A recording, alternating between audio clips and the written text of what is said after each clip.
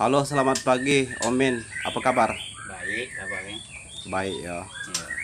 Jadi, saudara kami Gimin, saudara lah berapa lama dengan kondisi di kursi roda ini? Kurang lebih 14 tahun. 14 tahun ya. Ya. Jadi selama 14 tahun, saudara kami Gimin berada di kursi roda. Nah, masih tetap bersyukur, badan sehat, tetapi dengan keadaan seperti itu ya. Ya, kaki tidak bisa berjalan. Kaki tidak bisa berjalan. Jadi kegiatan sehari-hari selain beternak, ternak apa aja yang dikembangkan di lokasi pekarangan rumah ini, Om? Oh, kalau kemarin sapi, nah sekarang sapinya udah habis. Sekarang berubah ya ini karena kemarin tuh melihara sapi, nah sapi kakak karena udah habis, dia mau jual, kita jual. Sekarang balik ke bebek. Ke bebek ya. Iya. Selain bebek ada jenis ternak lain yang dipelihara?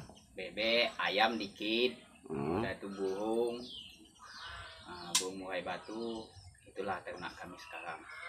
Jadi sehari-hari Om Min kesibukannya disibukkan dengan ternak-ternak sapi kalau kemarin ya. Tapi sekarang dengan posisi sapinya sudah terjual, jadi fokusnya kemana sekarang ini? Ke bebek dengan burung. Bebek dengan burung. Jadi kebutuhan sehari-hari cukup dari ternak bebek dan burung? Kalau kita hitung-hitung ya pas-pasan lah. Pas-pasan ya. Karena bebeknya pun kemarin dapat bantuan juga, bukan kita beli, bukan dapat bantuan. Dapat bantuan ya. Jadi kami lihat juga ada kolam ini, Om Min ya. Ya kemarin tuh ya kita ngolam juga, karena bibitnya sekarang setiap dipelihara dari ukuran 46 nanti dia sampai 79 dia banyak mati.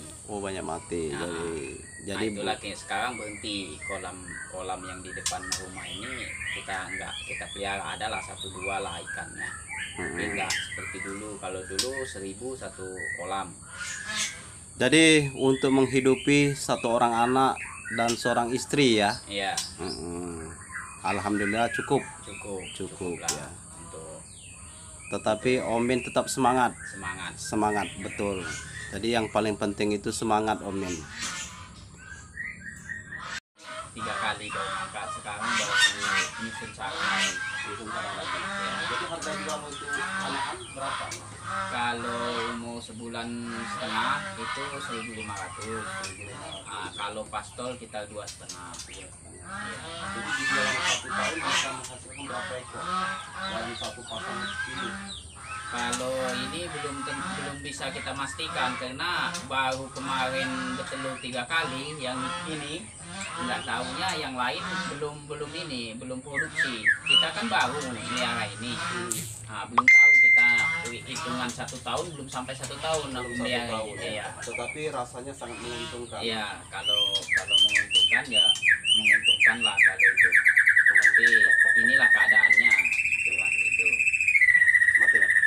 Wawancara langsung dengan pemilik ternak yaitu saudara kami ini. Kebetulan beliau adalah teman satu sekolah sewaktu SMP dan sekarang kami bertemu.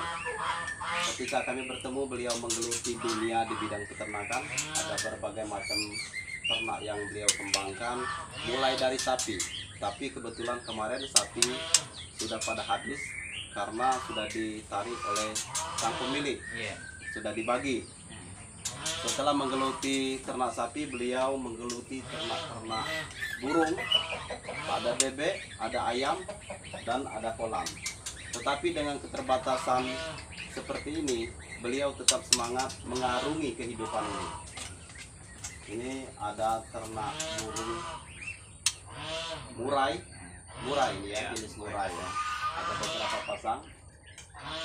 Kemudian ini ada jenis apa ini, Min? Murai gula ini pastol ya. Itu yang dinamakan pastol ya. Ya, dia lah lepas dari totol, bikin bulu dewasanya. Itulah pastolnya. Anak kedua. Oke, lanjut ke ternak bebek ya. Ini kemarin mulai dari anak Min ya? Ya, dari anak 2 box. 2 box, langsung beli ya? Ya, beli dari Jatim. Oh, dari Jawa Timur langsung. Iya, dari Jawa. kemudian dipelihara dan digemukkan. Pembesaran. Pembesaran. Untuk pedaging. Oh, untuk daging. Ya. Kemudian berkembang Om Min ya. Ya.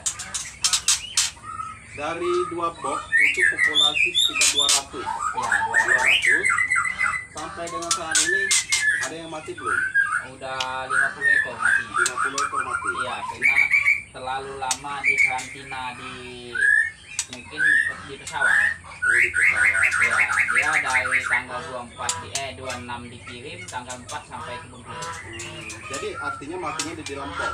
Enggak, matinya dia bebuyur, dia matinya secara bebuyur setiap hari 2, 3 sampai sekarang 50 ekor matinya.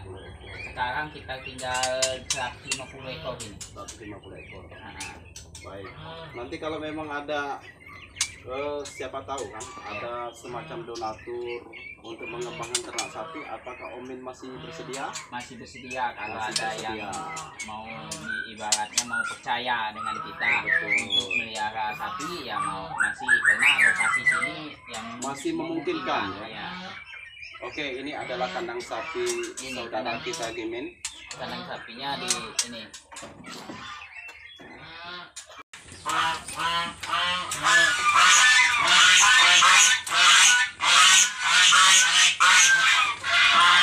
Saudara Gimin kita ini tidak pernah meminta-minta dengan saudara maupun dengan orang lain untuk memenuhi kebutuhan. Beliau berusaha sendiri untuk memenuhi kebutuhan hidup sehari-hari. Nah itulah ndak di kemarin aku suntik EG6. Kecak aku tuh tanggung aja lah EG6. Lebih baik EG7 aja lah sekalian. Dia lah ndak berani dulu je.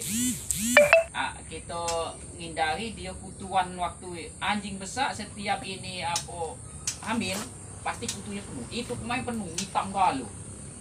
Autan tuh banyak dia habis. Decis tuh ini apa namanya itu seperti decis tuh. Aku campurkan ke sempurna habis 3 hari udah itu ngulang lagi penuh yang kutu sapi itu nah itulah aku nak minta yang tepat untuk nih, minta ingin tubinya.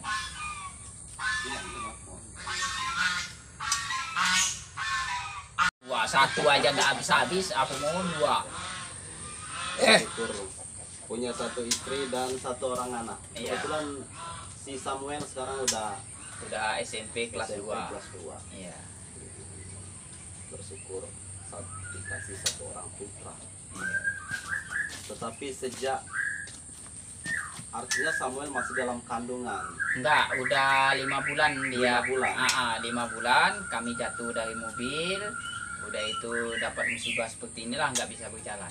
Nggak bisa berjalan. Nah, Tetapi pada saat tidak bisa berjalan, Om Min, apakah saat itu saudara kita Gimin ini merasa kurang bersemangat hidup, apa merasa putus asa, kayak gimana? Coba gambarkan. dulu memang udah kejadian kecelakaan, kita kan nggak tahu namanya musibah kan.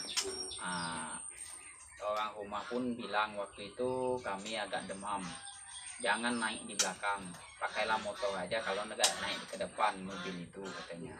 Ya aku turut, nggak tahu pas kejadian di ini apa di mana itu unit belakang ini transito, ada kawan minta tolong, kami dari pagi tadi cari mobil nggak dapat, minta tolonglah, kami cuman gerobak aja lah yang naik katanya. Kami tolong, namanya kita sesama cari makan ya, sesama ibarat pejual.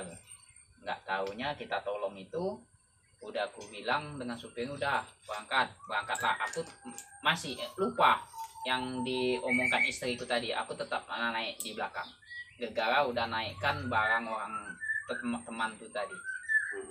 Sudah itu udah jatuh di Basuki Rahmat. Kejadiannya dibawa ke rumah sakit Raplesia, ditolak, langsung ke rumah sakit umum, koma 3 minggu.